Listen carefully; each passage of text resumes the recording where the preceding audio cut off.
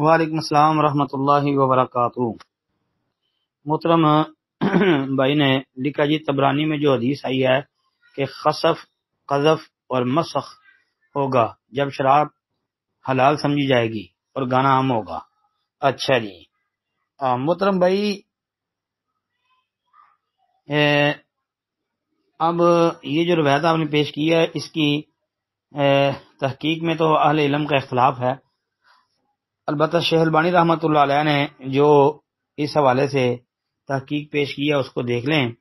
شیخ رحمۃ اللہ علیہ نے 2203 نمبر سلسلہ حدیث صحیحہ کے اندر 2203 نمبر پر اس پر بحث کی ہے، اور شیخ البانی رحمۃ اللہ علیہ نے تعدد طرق کی وجہ سے اس روایت کو جو ہے حسن قرار دیا ہے۔ 2203 یہ نمبر سلسلہ صحیحہ کا دیکھ لیں، اس پر شیخ رحمۃ اللہ علیہ نے بحث لکھی ہے۔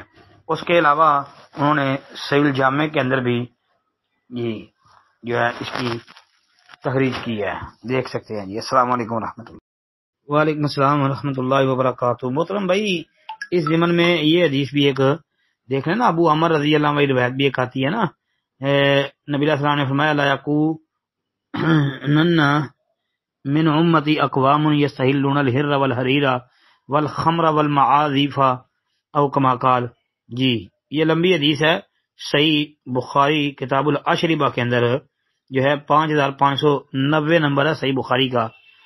اس میں یہ ہے کہ ابو عمر رضی اللہ عنہ نبی علیہ السلام سے بیان کرتے ہیں کہ اللہ کے رسول علیہ السلام نے فرمایا میری امت میں کچھ ایسے برے لوگ پیدا ہوں گے جو زنا کاری، ریشمی لباس، شراب اور گانے بجانے کو حلال کر لیں گے، اور ان میں سے کچھ لوگ پہاڑ کی چوٹی پر یعنی اپنے بنگلوں میں، کوٹھیوں میں رہائش کے لیے چلے جائیں گے۔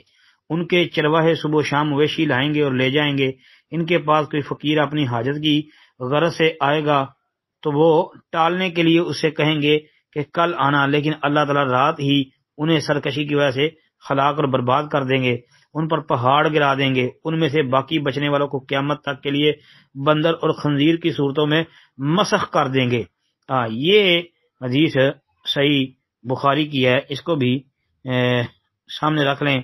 اس کے علاوہ جی ایک روایت یہ آتی ہے سہل بن سعد رضی اللہ عنہ کہ اللہ کے رسول علیہ السلام نے ارشاد فرمایا میری امت کا ایک گروہ شراب، کباب اور لہو میں رات گزارے گا، پھر صبح کو وہ بندر اور خنزیر بن چکے ہوں گے، اور ان میں سے جو بچ رہیں گے ان پر اللہ تعالیٰ ایک ہوا بھیجیں گے جو انہیں اس طرح تباہ و برباد کر دے گی جس طرح پہلی نافرمان قوموں کو برباد کیا گیا۔ یہ سزا جو ہے انہیں اس لیے ملے گی کہ انہوں نے شراب پینے، گانے بجانے اور گانے والیاں فاحشہ جو گندی عورتیں کنجریاں ہیں ان کو رکھنے کو حلال کر لیا ہوگا جی۔ تو یہ اور بعض روایتوں میں یہ الفاظ ہیں انہوں نے اللہ تعالیٰ کی محرمات سود، شراب اور ریشم وغیرہ کے استعمال کا جواز بھی مہیا کر لیا ہوگا۔ تو یہ جو ہے اس کو بھی سامنے رکھ لیں جی۔ شیخ البانی رحمۃ اللہ علیہ نے اس کو بھی صحیحہ وغیرہ کے اندر ذکر کیا ہے، یہ بھی طبرانی وغیرہ کی روایت ہے، مجموع الزوائد میں بھی آتی ہے۔ تو بہرکیف یہ روایت جو ہے نا بیان کی جانے والی یہ صحیح ہیں۔ تو جو روایت پہلے میں نے ذکر کی ہے جو آپ نے طبرانی کے والے سے پوچھی تھی، اس بارے میں جتنی روایتیں آتی ہیں ان میں محققین کا اختلاف ہے۔ البتہ شیخ البانی رحمۃ اللہ علیہ نے سلسلہ صحیحہ میں 2203 نمبر پر بحث لکھی ہے، آپ اس کو سامنے رکھ لیں۔ اس حوالے سے ایک روایت عمران بن حسین کی جو ہے نا وہ عمران بن حسین سے آتی ہے جی، سنن ترمذی کے اندر بھی 2212 نمبر پر۔ اس میں یہ الفاظ ہیں کہ فی هذه الامتی خسف و مسخ و قذف فقال رجل من المسلمین یا رسول اللہ ومتى ذاک قال اذا ظہرت القینات والمعازف وشربت الخمور۔ جی یہ روایت ہے۔ آگے امام ترمذی کا کلام ہے، قال ابو عیسیٰ ھذا حدیث غریب وقد روی ھذا الحدیث عن الاعمش عن عبد الرحمن بن ثابت سین کے ساتھ ثابت عن النبی مرسلا وھذا حدیث غریب۔ یہ ہے کہ اللہ کے رسول نے فرمایا اس امت میں خسف، مسخ اور قذف واقع ہوگا، ایک مسلمان نے عرض کیا اللہ کے رسول ایسا کب ہوگا؟ آپ نے فرمایا جب ناچنے والیاں اور باجے عام ہو جائیں گے اور شراب خوب پی جائے گی۔ جی امام ترمذی کہتے ہیں یہ حدیث اعمش ان عبد الرحمن میں ثابت عن نبی کی سند سے مرسلن مروی ہے، اور کہتے ہیں یہ حدیث غریب ہے، مطلب کہ یہ روایت ثابت نہیں ہے۔